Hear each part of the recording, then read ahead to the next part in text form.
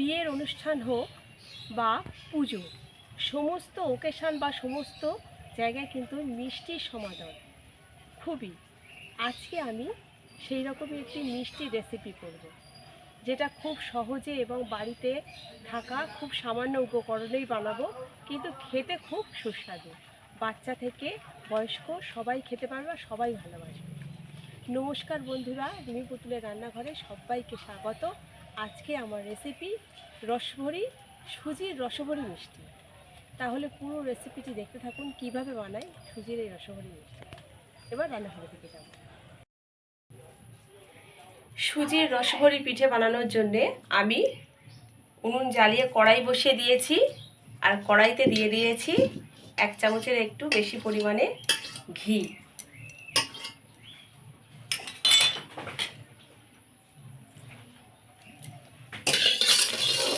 ঘিটা এইরকমভাবে চারিদিকে কড়াইয়ে ছড়িয়ে দিলাম। আর এখানে আমি নিয়েছি 1 বাটি সুজি। প্রথমে সুজিটা কড়াইতে দিয়ে দিচ্ছি। সুজিটা খুব ভালোভাবে ভেজে নেব, কিন্তু সুজির কোনো কালার চেঞ্জ হবে না। সুজির মধ্যে থাকা কাঁচা গন্ধটা চলে যাবে, আর সুজিটা একটু দানা দানা হবে।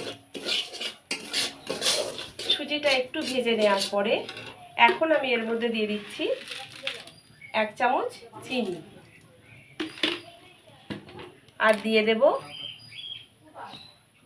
মিষ্টিটার একটু স্বাদ বাড়ানোর জন্য খুব সামান্য পরিমাণে নুন।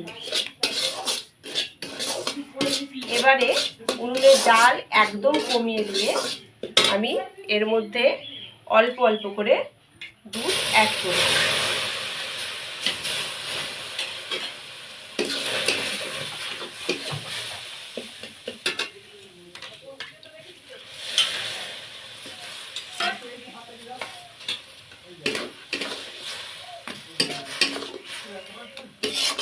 দুধটা দিয়ে বারবার এইভাবে খুন্তি দিয়ে নাড়তে হবে, যাতে করে এর মধ্যে যেন দলাভাব না হয়ে যায়।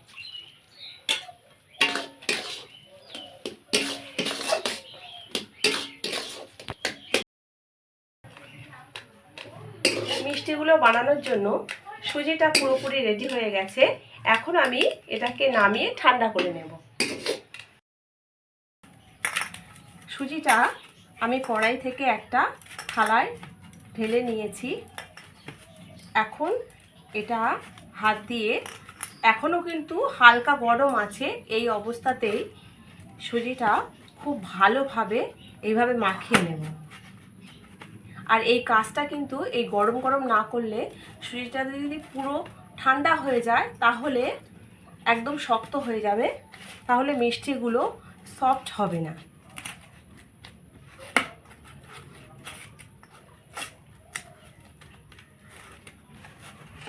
সুজিটা খুব ভালোভাবে আমি হাত দিয়ে মাখিয়ে নিয়েছি। একদম আমার এই সুজির ডোটা খুবই সফট হয়েছে। এখন আমি এর মধ্যে থেকে এই রকম করে গোল গোল করে কেটে নেব। প্রথমে গোল গোল করে কেটে নিয়ে 2 হাত দিয়ে এইভাবে গোল করে নিয়ে এই রকম চ্যাপটা করে এই রকম শেপ দিয়ে সব মিষ্টিগুলো বানিয়ে নেব। আবারও এইভাবে নিচ্ছি।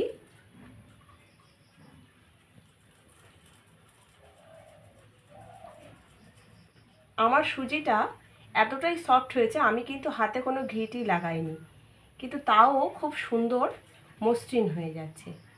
এই একই রকমভাবে সব মিষ্টিগুলো আমি বানিয়ে নেব। এবার কড়াই বসিয়ে দিয়েছি। আমি এই কড়াইতে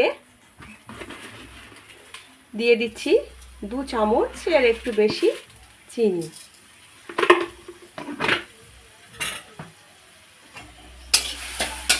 চিনিটা এখন একটু ক্যারামেল করে নেব, যাতে আমি এর মধ্যে যখন দুধটা দেব কালারটা খুব সুন্দর আসবে।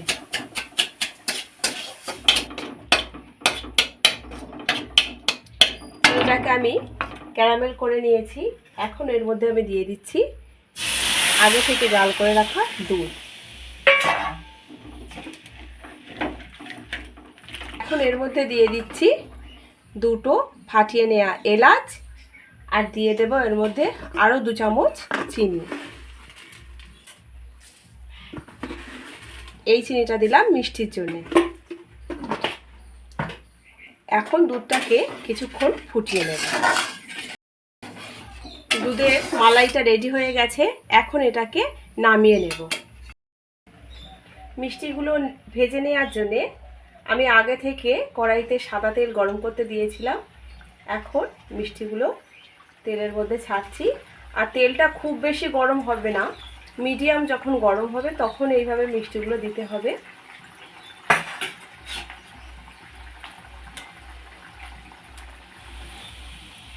মিষ্টিগুলো এখন একটু এইভাবে উল্টে উল্টে দেব। আর মিষ্টিগুলো আমি মিডিয়াম আঁচেই ভাজছি, আর এগুলো একটু ব্রাউন কালার করেই ভেজে নেব। প্রথম ব্যাচের দেয়া মিষ্টিগুলো ভাজা হয়ে গেছে, আর এর কিন্তু সুন্দর একটা কালার এসে গেছে। এখন এগুলোকে আমি তুলে নিচ্ছি, আর এই একই রকমভাবে সব মিষ্টিগুলো ভেজে নেব। আবারও আমি তেলে দিয়ে দেব কয়েকটা মিষ্টি, আর এই মিষ্টিগুলো এইভাবে আমি ছাঁকনিতে রেখে তেলটা ঝরিয়ে নিচ্ছি।